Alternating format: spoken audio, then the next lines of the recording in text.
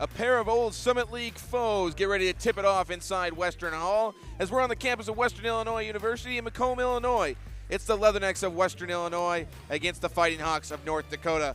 Hello, everyone. Welcome inside Western Hall. Will Thomas here, Dwayne Hewlett to my left. Dwayne, we got two teams here that have started the season a little bit on the losing side. 2-5, 1-5 are both teams' records, but they've had some players really stand out. Yeah, they've had a couple players stand out, and they're both looking to improve that record as they head into the conference season. This is a great time to do it. Yeah, we take a look at our players to watch. The first one, Grayson Allman for North Dakota. The point guard is averaging 13 points a game, and he really gets it done at all levels. He does, but more importantly for North Dakota is he's scored double digits in the last 5 games for them, and he's going to have to probably do that again tonight. An impressive night last night against Coastal Carolina for him. And on the other side, it's Francis Awoksa. After tonight, he'll be the only player to have started every game for Western Illinois, and he leads in almost every statistical category except assists, where he's tied for third. Yeah, 12 points a game, 34 points. He had a nice stretch against Coastal Carolina on Friday night, 7 straight points. He's going to be an offensive threat at all 3 levels for the Leathernecks tonight if they want to pull up the victory, as we take a look now at our keys to the game presented by Bob McCloskey Insurance. For North Dakota, Dwayne, free throws were a big emphasis going into tonight's matchup. Yeah, they're a big emphasis because they weren't good for them last night, right? They were 12 of 34 from the free throw line. You need to be better than that at Division I level to win basketball games. Of course, that goes second chance points, then become important, right? Because if you miss the free throws, you want to get the rebounds, and you want to be able to put those back in. Those two are going to be key against Western tonight. And for Western Illinois, this North Dakota team's going to pressure you on the defensive side. They did it all night against Coastal Carolina last night, so you got to find a way to handle that pressure. Right, handle the pressure, obviously, against a team that likes the half-court trap is important, but then the next key is to knock down the open shots, because if you can beat the pressure, you get open shots. You make the open shots, you beat the pressure, and you score points and you win the game. If you don't make those open shots, you end up at the other end of the floor, and then you're in trouble. Yeah, and those were your keys to the game presented by Bob McCloskey's Insurance. We'll take a look at our head coaches today. In the huddle there, it's Chad Boudreau in his 3rd season at the helm of WIU. Had a 21-win season just 2 years ago, trying to get the Leathernecks back in the conference tournament this year and ready to go. And on the other side, the face of North Dakota basketball, Paul Sather, in his 7th season at UND. We'll get into his impressive resume at all levels as Western Illinois, North Dakota, ready to go, set to tip it off. It's Game 3 of the Leatherneck MTE, as both teams looking for their first win in this MTE, as Coastal Carolina took home the inaugural championship, I would say, going 2-0 in the 3-team MTE. Yeah, key for Western here at 1-5. They want to get to the 2-5 mark, obviously, and go 1-1 and not be the 0-2 team after 3-game tournament deal here. So Makai Kavami will bring it across. A little different starting 5 for Western Illinois. Kavami, dump off pass. Blue's going to finish. No, he'll roll off, but he will be fouled. 22 is going to be fouled by 22, I do believe. So Gonar Blue will head to the free throw line when we get back. Western Illinois in front, 24-18, 7.5 minutes left in the first half. There's the 3, Bromfield knocks it down, 6-7. How about Addie Brownfield, 6-7 for her, knocking down that 3. The crowd goes wild. The Leathernecks with their largest lead, up 34. I mean, they're still going as well. Harrison's shot off the mark, offensive rebound, no good. Nick Castro, they just do it the rest of the game. I mean, just stay at the score.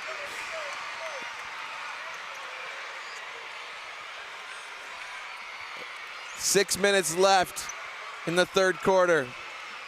Reed there on that inbound play. Reed gets it done on the offensive side, defensive side. Now the pass game, and one, Madison Davis. Taylor Reed having her a little stretch of her all little game, passing, creating plays, and scoring. That leads us into immediate timeout. Western Illinois, they're all in control here on the Thursday morning, 71-33 on ESPN+.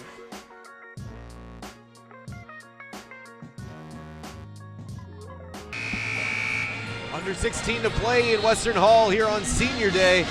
And right now, Trey DeVoe and Sean Smith, 2 seniors for Western Illinois, having themselves some solid nights Yeah, it's been the Smith and DeVoe show for the Leathernecks, accounting for 13 of the 16 total makes. Sean Smith has also added on 3 steals to that total, and the team leading 4 rebounds. These two have been a big part of that scoring surge. Trey DeVoe already with 4 in this second half, and both guys shooting the ball extremely well right now, taking the smartest shot available to them. Lindenwood has been a thorn in Western side under the basket all night, especially with the height of Tonkara, honestly of the height of Futrell, but Futrell's the range that he has, and then Wildy under the basket as well. They've been giving Western Illinois some struggles all night. If you're Lindenwood, you just gotta stay back and make sure they don't get too close to the basket. So you're here, Lindenwood, after that big run at the end of this first half for Western Illinois, they just took charge, took out ahead. It seems like every time Western Illinois carves into their lead, they're right there with an answer. The second chance points have been huge as well. 14 offensive rebounds have led to 12 second chance points for Lindenwood. And both teams gone extremely cold from the three-point line. It seems like they're shooting these threes. They're not falling until they really, really matter, whether it's the free throw line when Reggie Bass has more free throws when we come back to Western Hall. 2:46 left here in OVC play in Macomb. You're watching Ohio Valley Conference men's basketball on ESPN+. Clock. And looking back at the conference standings, right now, Western Illinois, Eastern Illinois, and Southern Indiana, none of them are going to be headed to Evansville for the conference tournament, but the rest of the spots, we still have a lot to figure out in the middle of the pack. Lindenwood with a win here would put them in would keep them in the race for a first round bye. Yeah, a win here by Lindenwood, if they can hold on for 37 more seconds, keeps them in the race, and then they're going to need some help from Western Illinois as well. Has it knocked away, blocked by Milicic. 11 seconds left. 2 timeouts, they won't use it. Up in transition, gotta find a look though.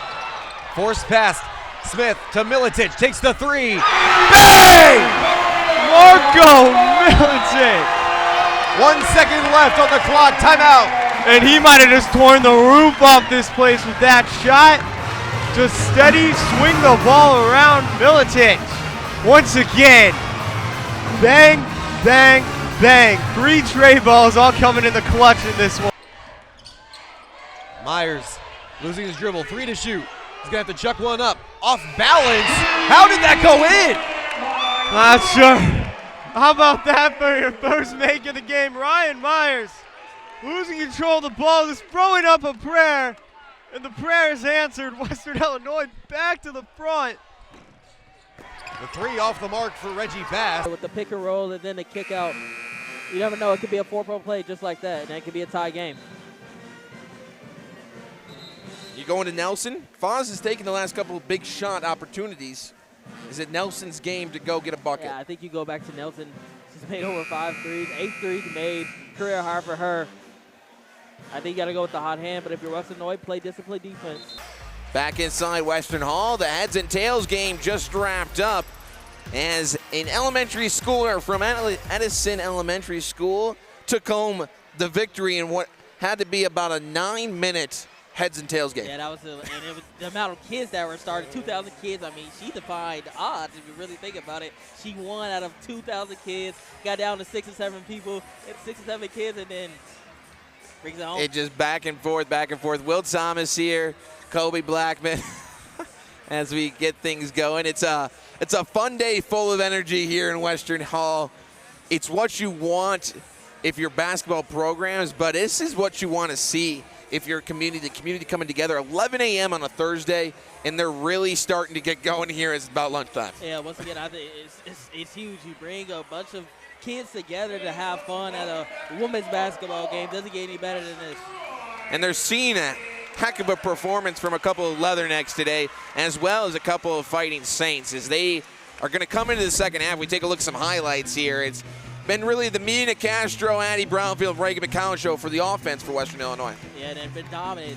3 for 3 from Nicastro. Even before her, Addie Brownfield. Reagan McCown started off very strong. 11 points. I mean, it's just once again how do you stop it? And Addie Brownfield with 7 boards. Mia DeCastro with 7 as well.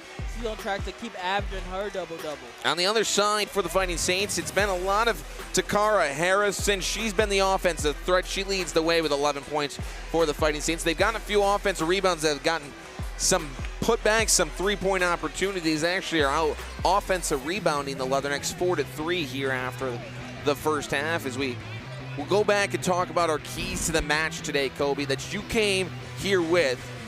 Do they change? Do they have to in the second half, or do they stick the same? Yeah, for St. Francis, definitely got to change. You got to use the aggressiveness to help you get to the foul line. And St. Francis has done a good job somewhat of getting back, but Western Illinois is almost just too good for St. Francis. And Western Illinois, I think they've done a good job. Use the energy.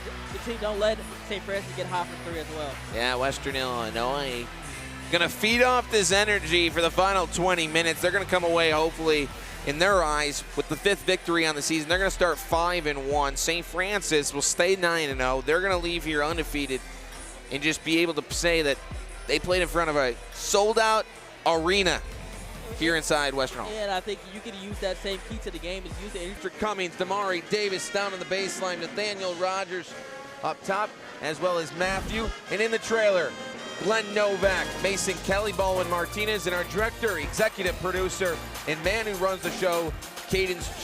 So for Kobe Blackman, I'm Will Thomas saying so long from Western Hall in Macomb, Illinois, where the final score is 78-47 in favor of the Leathernecks of Western Illinois.